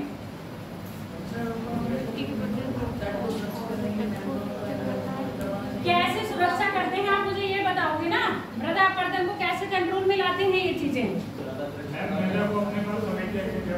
पौधे की जड़ें क्या होती हैं, बहुत नीचे तक अंदर चली जाती हैं, और ये जड़ें आपस में कई बार देखोगे ना, इस पेड़ की जड़ें उस पेड़ की जड़ें आपस में ऐसे मिली हुई होती हैं। जब पेड़ों की जड़ें आपस में घने घने होंगे, मिल जाएंगे, तो क्या करेंगे, मृदा को लूज नहीं छोड़ते हैं, तो मृदा क्या हो जाती है, जो आपकी सॉइल होती है वो ऑर्गेनाइज हो जाती है, लूज नहीं रहती है। जब लूज होगी तो वो क्या चली जाएगी, बहती हुई चली जाएगी। उसका एग्जाम्पल मैंने दिया था, हम यहाँ पर क्या कर रहे हैं, मिट्टी को एक खूंटे से बांध रहे हैं, वो खूंटा कौन सा होगा आपका, यही पौधे होंगे। जितना पौधे लगा देंगे तो मृदा वहीं की वहीं क्या हो जाएगी, रह जाएगी। पानी जो बरसेगा इतनी तरह, एक कहने का मतलब था बीच में जड़ आ जाएगी, पानी जो एक फ्लो में बह रहा था उस फ्लो में ना बह के रुक जाएगा, रुकावट आ गई, और जो अपने साथ में मिट्टी ले जा रहा था वो मिट्टी को वहीं जमा कर देगा, तो क्या हो जाएगा, ऐसे मृदा का अपरदन कम हो जाएगा। ठीक है, लिख लो इसी में पॉइंट अपना, मृदा क्षरण में कमी लाता है। कमी एकदम ये नहीं कहा है, बिल्कुल रोक देता है, क्या ला रहा है, कमी ला रहा है, मृदा अपरदन में कमी लाता है।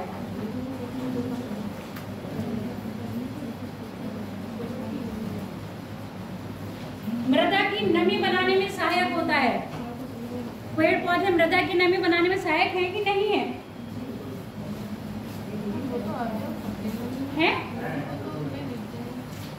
नमी को उड़ने देते हैं। अगर पेड़ पौधे घने, आप देखो जहाँ पौधा पेड़ लगा होगा वहाँ धूप इतनी तेज नहीं मिलेगी, धूप क्या सीधे नहीं पड़ती है। जब जहाँ पर धूप सीधे नहीं पड़ेगी वहाँ पर वाष्पीकरण की प्रक्रिया क्या हो जाएगी, कम हो जाएगी। तो आपने समझ गया, मृदा में नमी को बनाए रखने में सहायक होते। क्यों, टेम्परेचर इनकी वजह से क्या होता है, धरातल पर डायरेक्ट प्रकाश नहीं पहुँचता है, और डायरेक्ट प्रकाश न पहुँचने के कारण क्या होगा, आपके वाष्पीकरण जो होगा, वाष्पीकरण दर कम करने के कारण मृदा में क्या होता है, नमी की मात्रा बरकरार रहती है। तो ये सब चीजें आप इसी में लिखते रहोगे, जो मैं बोल रही हूँ लिख रहे हो, दिमाग में लिख के और अगले दिन कहोगे साफ हो गया।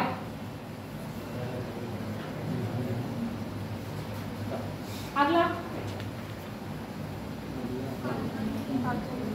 है खाद्यान्न की पूर्ति। अच्छा चलो, खाद्यान्न की पूर्ति हम लोग के लिए नहीं कर सकते, पर जीवों के लिए तो कर ही रहे हैं, है ना, फूड चेन में सहायक है। तो ऐसे लिखो, वनस्पति प्राय जंगली जीव जंतु के लिए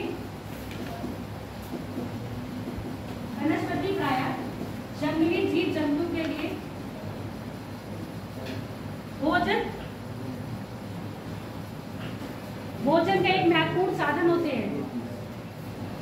भोजन का एक महत्वपूर्ण साधन होते हैं। और ये कौन से उपभोक्ता के लिए होंगे, प्राइमरी या सेकेंडरी? प्राइमरी के लिए। जैसे अभी मैंने कौन सा एग्जांपल लिया था, हिरन और शेर का। खरगोश होगा इसमें? नहीं। मोर किस में आता है? प्राइमरी में आता है, सेकेंडरी में आता है? सेकेंडरी में आता है। मोर कीड़े खा लेता है ना, सांप भी खा लेता है। देखो बता रहा, सांप भी खा लेता है। चलो अगला पॉइंट, और समझ में आ गया ये वाला पॉइंट? आज दिमाग की बत्ती थोड़ी जली होगी, बहुत जली, ऐसी चलती रहेगी। मोहित तुमने तो एक भी नहीं क्वेश्चन बताया, तो कैसे कह रहा दिमाग की बत्ती ऐसे चलती रहेगी? अगला बोलो। प्राकृतिक सौंदर्यता लिखो। बताओ इसमें प्राकृतिक सौंदर्यता कैसे होगी? आप मोस्टली प्राकृतिक सौंदर्यता देखने के लिए कहाँ जा रहे हो? लद्दाख। कौन सी प्राकृतिक सौंदर्यता है वहाँ पर? वहाँ पर चट्टान के बाद कुछ नहीं है, मनाली जा सकते हो। ठीक है। अब ये सुंदरता का मतलब यहाँ पर देखो, जैसे भारत है ना, भारत सिर्फ एसी में नहीं, भारत को ऐसे ही नहीं कहते जैव विविधता वाला क्षेत्र। यहाँ पर चाहे इंसान की प्रजाति ले लो, इंसान में बोलियां ले लो, संस्कृतियां ले लो, संस्कृतियों में भी भिन्नता पाई जाती है भारत में। उत्तर भारत में देखो, पूर्व में देखो, दक्षिण में देखो, पश्चिम में देखो, सांस्कृतिक भिन्नता पाई जा रही है, धार्मिक भिन्नता पाई जा रही है, वनस्पति में देखो भिन्नता पाई जा रही है। पहाड़ों पे जाओ तो अलग अलग प्रकार की क्या पाई जाएगी? वनस्पति। कोई देश ऐसे थे जिनके पास अपना समुद्र नहीं था, आपका देश ऐसा है जिसके पास 3 समुद्र हैं। कोई देश ऐसे है जहाँ पर बर्फ मिलती ही नहीं है, आपका देश ऐसा है जहाँ पर बर्फ भी मिलती है। कोई देश ऐसा है जहाँ पर मरुस्थल नहीं मिलते हैं, आपका देश ऐसा है जहाँ पर आप मरुस्थल भी देख सकते हो। कोई देश ऐसे हैं जिन्होंने सर्दियाँ कभी नहीं देखी होंगी, आपका देश ऐसा है आप सर्दी में गर्मी की अनुभूति करना चाहो तब भी आप कर सकते हो, और गर्मी में सर्दी की अनुभूति करना चाहो तब भी आप कर सकते हो। तो ऐसा कौन सा देश होगा? वरना तो नॉर्मली देश होते हैं, सर्दी पड़ रही है तो सर्दी पड़ रही है, अगर बर्फ पड़ रही है तो सारे देश में बर्फ ही पड़ रही है। आपके देश में क्या ऐसा होता है? लोग बर्फ देखने कहाँ जा रहे हैं? मनाली, कुल्लू, हिमाचल, चंबा, कांगड़ा जाते हैं।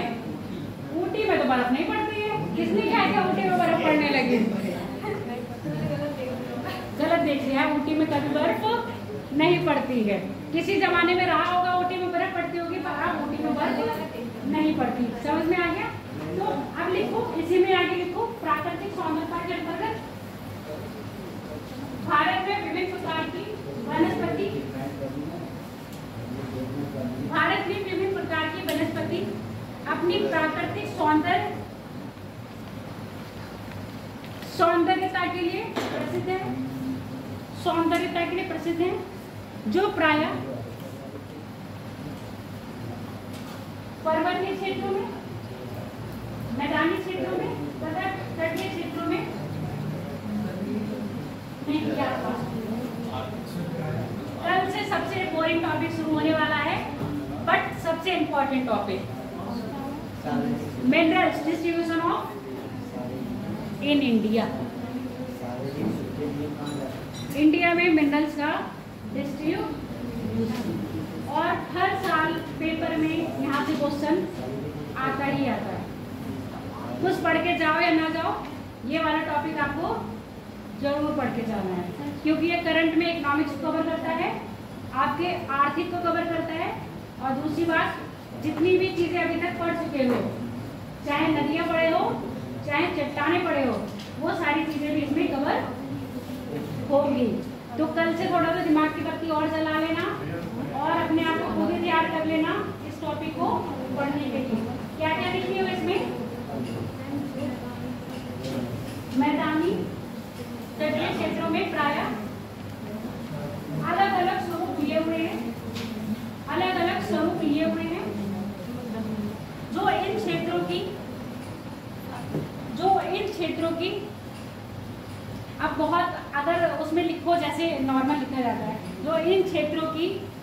सौंदर्यता में 4 चांद लगाने का कार्य करती हैं। 4 चांद लगाने का कार्य करती हैं। 4 लोग होते हैं, 4 चांद होते हैं। 4 लोग क्या कहेंगे? 4 लोग कहेंगे तो क्या कहेंगे, है ना? वो 4 लोग है कौन पता ही नहीं है। 4 ही लोग आते हैं बस। 4 लोग तुम्हारे घर में नहीं, ये 4 लोग तुम्हारे घर में आएंगे तो क्या कहेंगे?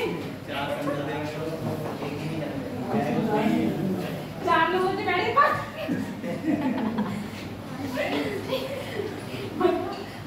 4 लोग ही समझ में आते। चलो अगला पॉइंट क्या है? देखो आगे से हेडेक वाला टॉपिक नहीं है ना, इसलिए थोड़ी सी बात कर ले रही हूँ।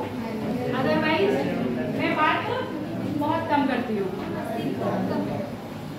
हंसती तो मैं बहुत हूँ। चलो अगला टॉपिक बताओ। तुमने आज मुझे पहली बार हंसते हो देखा, मतलब ट्रू सीन हूँ मैं तुम्हारी नजरों में। हाँ अगला टॉपिक बताओ। तटीय क्षेत्रों की रक्षा। अब ऐसे लिखो,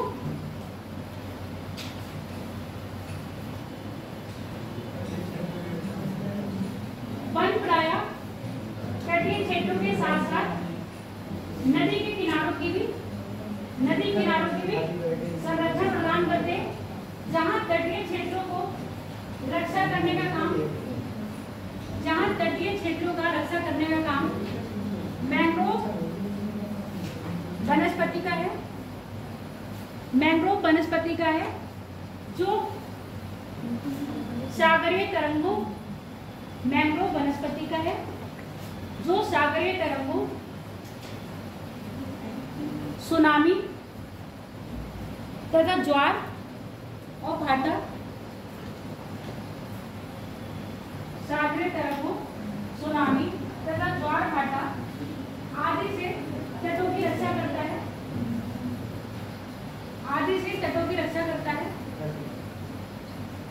मैंग्रोव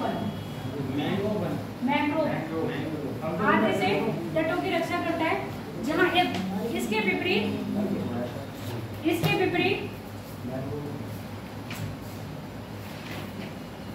नदी के किनारे पर पौधों का रोपण होता है।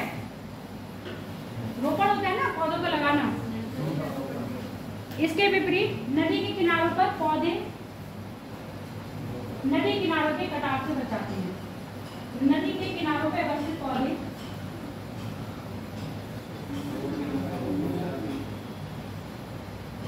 पौधे नदी को किनारे को कटाव से बचाते हैं। अगला पॉइंट बता दो क्या है फिर? खत्म?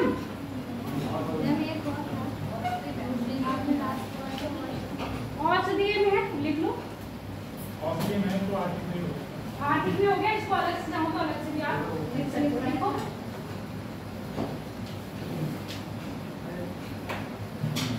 वनस्पति प्रायः औषधीय महत्व की भी होती है। कुछ वनस्पति प्रायः औषधीय महत्व की भी होती हैं। कुछ वनस्पति प्रायः औषधीय महत्व की भी होती है, जैसे अरण्य। सुने हो? आंवला, अश्वगंधा, अफीम औषधीय महत्व की है, हो जाती है, पर कब? जब उसका यूज थोड़ी सी मात्रा में मेडिसिन में किया जाएगा। ठीक है, तो ये पौधों के नाम लिखिए। कौन कौन से लिखे? हरण, बस हरण ही लिखा। और कौन सा? आंवला और सीकाकाई लिखा। इसके साथ साथ इन पौधों के जो नाम ले रहे हैं ना, ये पर्णपाती वन में आते हैं। केसर पौधा नहीं है। केसर आता तो है, इसमें नहीं आएगा। तो बाकी फसलों में आते हैं ना, उसमें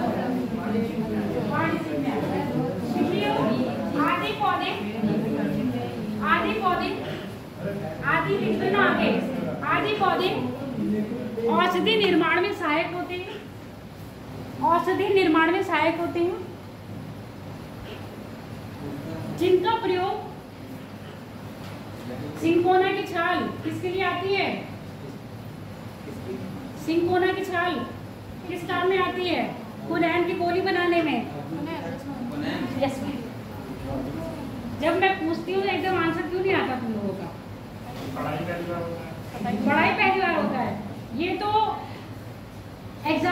फेवरेट क्वेश्चन है। कुनैन कौन से पेड़ की छाल से प्राप्त होता है? सिंकोना। ये सारे पर्णपाती वन हैं। सिंकोना नहीं है, उसका नाम भूली हुई हूँ मैं। क्या लिखे हो?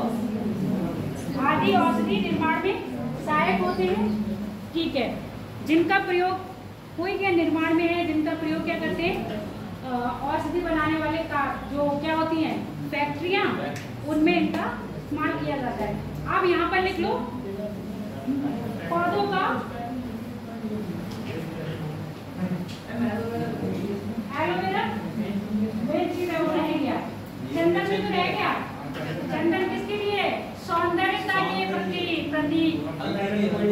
अब यही तो लिखेंगे। अब यहाँ लिखो कुछ महत्वपूर्ण पौधे तथा उनका उपयोग। नया हेडिंग डालो। कुछ ही लिखवा रहे हैं, सब नहीं लिखवाएंगे। कुछ महत्वपूर्ण पौधे तथा उनका उपयोग।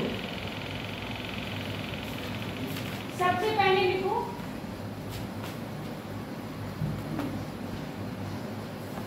शीशम,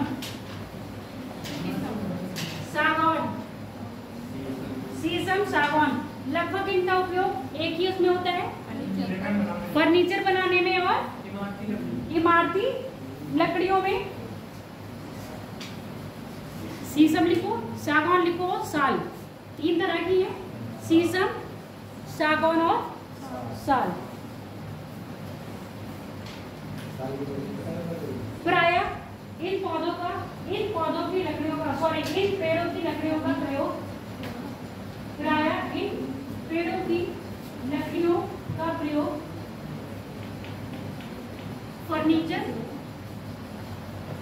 फर्नीचर बनाने में, कैबिनेट बनाने में। ये वाले कैबिनेट मंत्री, ये आपकी कोई ऐसी कैबिनेट नहीं है।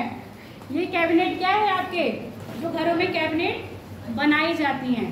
कैबिनेट तथा इमारती लकड़ी के रूप में प्रयोग की जाती हैं। इमारती लकड़ी मतलब जो आपके क्या बनाना है, दरवाजे और खिड़की, इमारती लकड़ियों में इसका प्रयोग किया जाता है। दूसरा लिखो देवदारी लिख लो। चलो इन्होंने बोला है तो देवदारी लिखा दूं पहले। देवदार और चीड़। अच्छा, इन दोनों को अलग अलग लिखना, हालांकि काम दोनों के सेम है। चीड़ की लकड़ी क्या है, थोड़ी सी मुलायम है, और देवदार की लकड़ी क्या है, थोड़ी कठोर है। बस अंतर इतना है। बाकी इन सबका जो प्रयोग होता है वो किसमें होता है? फर्नीचर बनाने में, रेल के क्या बनाने में आपका जो देवदार और चीड़ है, रेल के जो स्लीपर बनाए जाते हैं, जो जिस पर आप लेटते हो जाके, है ना, अब वो टूटती नहीं है, वो स्लीपर। ऐसे लिख लो, देवदार और चीड़ दोनों एक साथ लिखो, पर लिखो ऐसे। देवदार की लकड़ी कोमल, देवदार की लकड़ी कठोर तथा इसके विपरीत चीड़ की लकड़ी कोमल होती है। चीड़ की लकड़ी कोमल होती है। देवदार की लकड़ी का प्रयोग रेल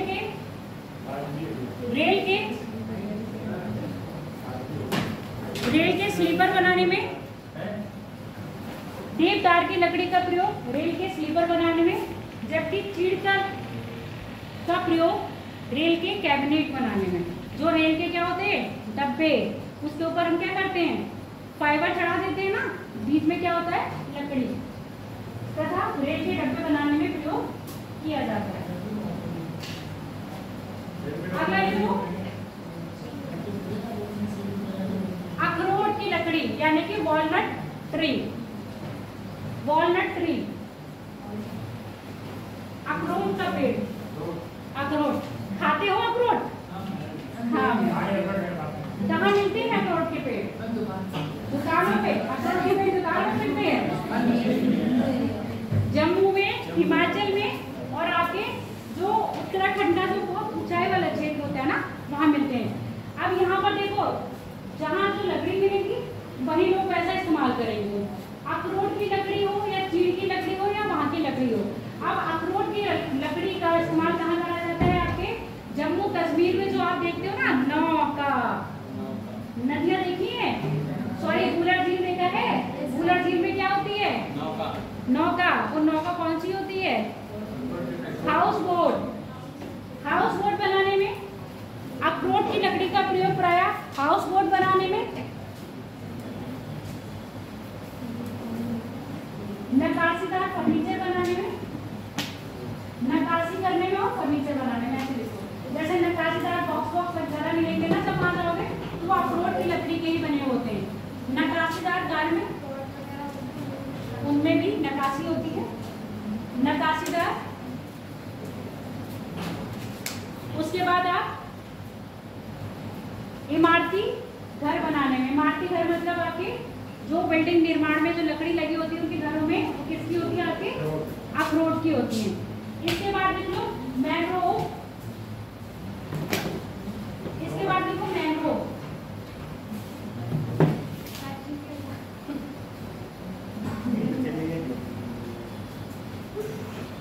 क्या बोलो मैंग्रोव, देखो मैंग्रोव, हाँ देखो मैंग्रोव की जो लकड़ी होती है वो छाड़ियाँ होती है, क्योंकि अब वहाँ पर क्या होता है, पानी में ही रहती है, तो ये पानी को क्या करती है? सोखने का अच्छा काम करती है। तो इस लकड़ी से अधिकतर क्या बनाई जाएंगी? नाव। क्या बनेगी? नाव। मैंग्रोव की लकड़ी का प्रयोग प्रायः, मैंग्रोव की लकड़ी का प्रयोग प्रायः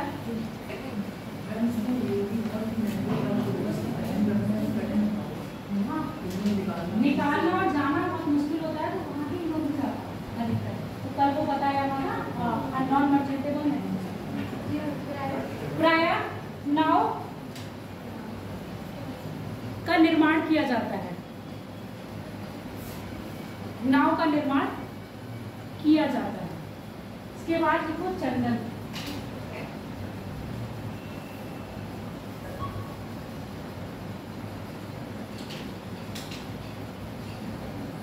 चंदन की लकड़ी का प्रयोग किसके काम में किया जाएगा? सौंदर्य उपकरण बनाने में किया जाता है। फर्नीचर बहुत कम बनते हैं, जो आपके चंदन का माला वाला भी बना लेते हैं ना, और ये सुगंधित पदार्थ के जो आप देखते हो राखी वाखी बन के आती है, अब पता नहीं एक्चुअल में चंदन की होती है कि खाली स्प्रे कर देते हैं। हाँ, और चंदन से अगरबत्ती बन जाती है, और चंदन से क्या बनता है? इत्र, इत्र होता है चंदन का। अब मुझे क्या पता, मैं तो चंदन की आती है, उसमें केमिकल्स होते हैं। लिख लो फिर भी, सौंदर्य, अगरबत्ती लिखना चाहो तो लिख लो, वो आपकी मर्जी है, आती तो है। इसके बाद सहतूत है, बबूल, सहतूत लिखो, सहतूत,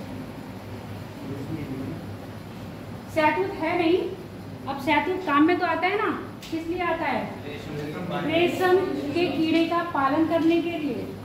सहतूत के पौधों को प्रायः, शहतूत के पौधे पर प्रायः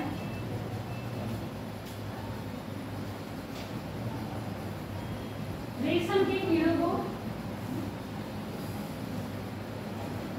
रेशम के कीड़ों को पाला जाता है।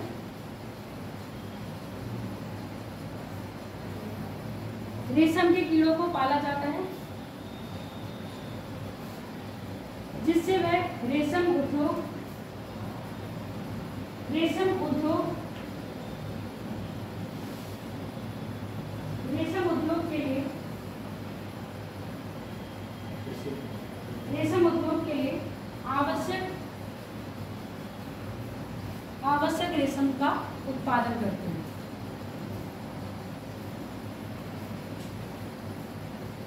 बबूल, हाँ,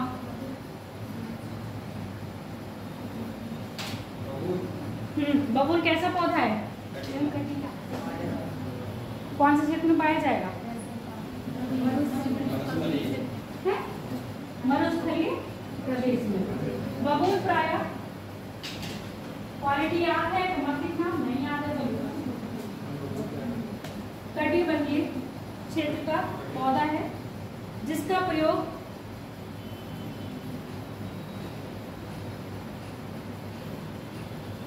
औषधि में, दंतमंजन में भी बनता है क्या? पहले आता है बबूल का पेस्ट आता था, और बबूल की लकड़ी से क्या करा जाता था? दातून, है ना। बबूल का प्रयोग प्राय औषधि में, दंतमंजन तथा दातून करने में किया जाता है। नीम का पेड़ भी आपके किसमें आता है? इसके अलावा और कौन से पौधे बचे?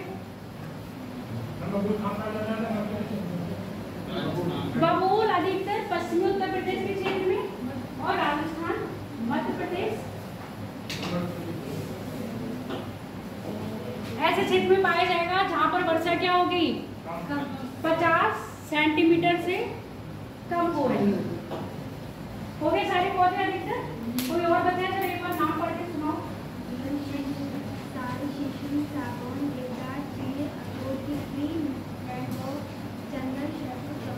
चंदन, शहतूत और बबूल। नीम लिख लेना अपने आप से, नीम भी लिखवा दे है। वैसे हो गए हैं। अब इसके बाद गवर्नमेंट क्या इनके लिए कुछ करी है? पौधों के लिए, वन को बचाने के लिए। कल टाइप पढ़े थे वन के, वर्गीकरण करा गया था वनों को कितने प्रकार में, बताओ? 6 प्रकार। कौन कौन से? नहीं, वर्गीकरण क्लासिफाई करा था। हाँ, प्रशासनिक वन, संवैधानिक वन, और कौन से? व्यापारिक वन, उसके बाद मानसूनी वन। तो अब हम यहाँ पर अगर गवर्नमेंट की एस्पेक्ट से देखेंगे तो हमारे कौन से वन आएंगे?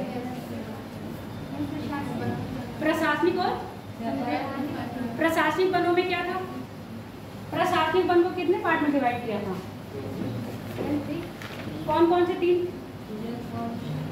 रिजर्व फॉरेस्ट, प्रोटेक्ट फॉरेस्ट और नॉन क्लासिफाइड फॉरेस्ट। रिजर्व में क्या था? गवर्नमेंट का अधिकार है टोटल। उसमें क्या इंटरफेरेंस है पब्लिक का? बिल्कुल भी नहीं है।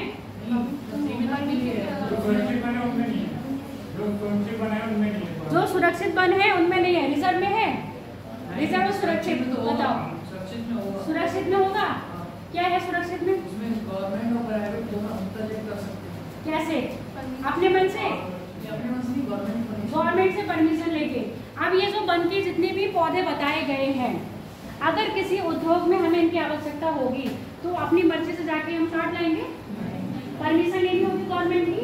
तो ये जो गवर्नमेंट ने क्या बनाए हैं, नियम कानून बनाए हैं, तो आप ऐसे ही किसी पौधों को मतलब उसका हरास नहीं कर सकते हो। अगर किसी भी औषधि महत्वपूर्ण के पौधे हैं या क्या है आपके किसी भी आर्थिक क्रिया के महत्वपूर्ण पौधे हैं, तो उनके लिए क्या करना पड़ेगा? आपको गवर्नमेंट से परमिशन लेनी पड़ेगी कि हम आपके मतलब हमारे इस क्षेत्र में ये वाला पौधा है और हमको इसको काटने की अनुमति चाहिए, किस उपयोग के लिए चाहिए, और उसी परमिशन के बाद फिर आपको क्या मिलेगा? गवर्नमेंट से परमिशन मिलेगी, उतने ही पेड़ आप काट के ले जाओगे। ऐसे ही कोई पेड़ नहीं काट सकते। वो भी कहाँ पर काटोगे?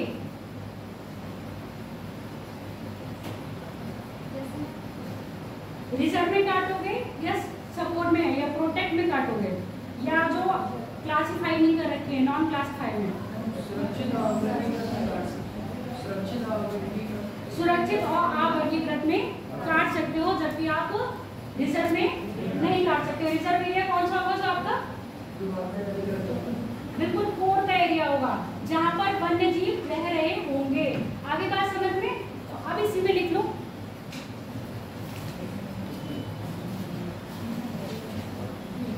वनों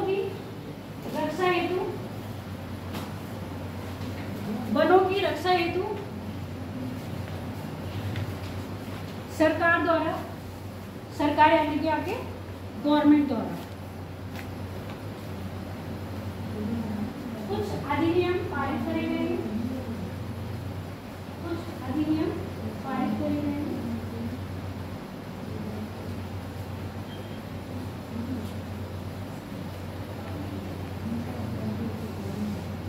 जैसे वन संरक्षण अधिनियम, वन संरक्षण अधिनियम,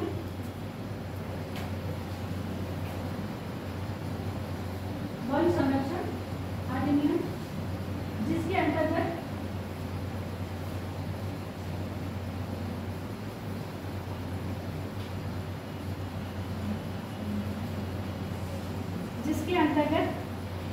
आर्थिक महत्व के पौधे, आर्थिक महत्व के पौधों का उपयोग, पौधों की जगह पेड़ लिखना, महत्व के पेड़ों का उपयोग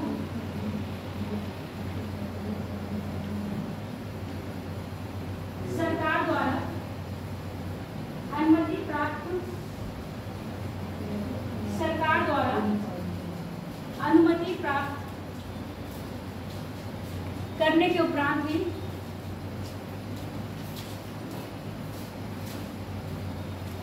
सरकार द्वारा अनुमति प्राप्त करने के उपरांत भी काटा जा सकता है। इसी में दूसरा पॉइंट लिखो,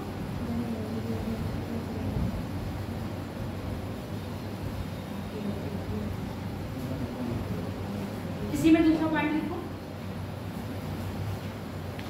ऐसे क्षेत्रों में कौन से जो आपके क्या है रिजर्व है या संरक्षित है, ऐसे क्षेत्रों में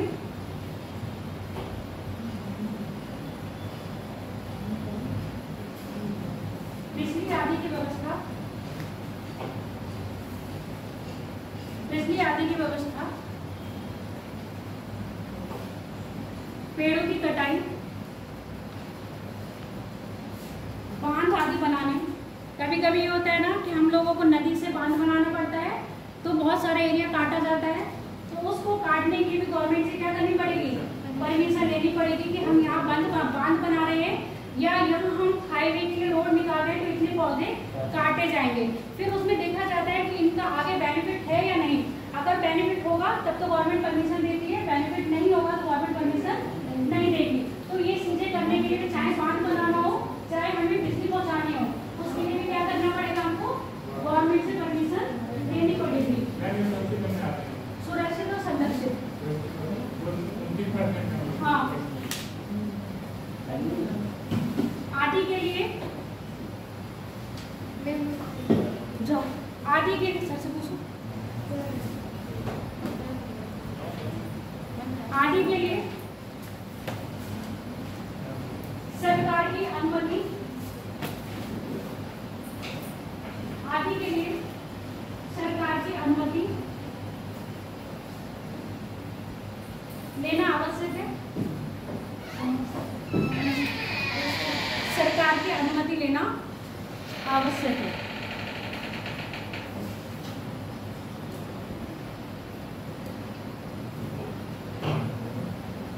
ठीक है, टॉपिक हो गया।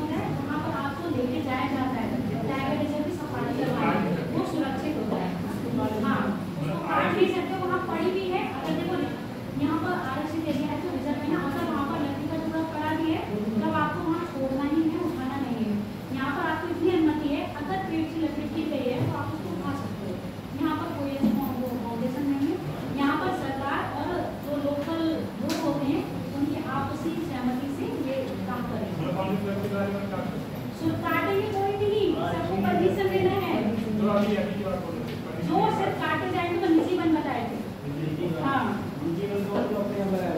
अपने आप अपनी फील्ड में लगाए हुए होंगे लाभान्वित कार्य के लिए उसको काट सकते हैं।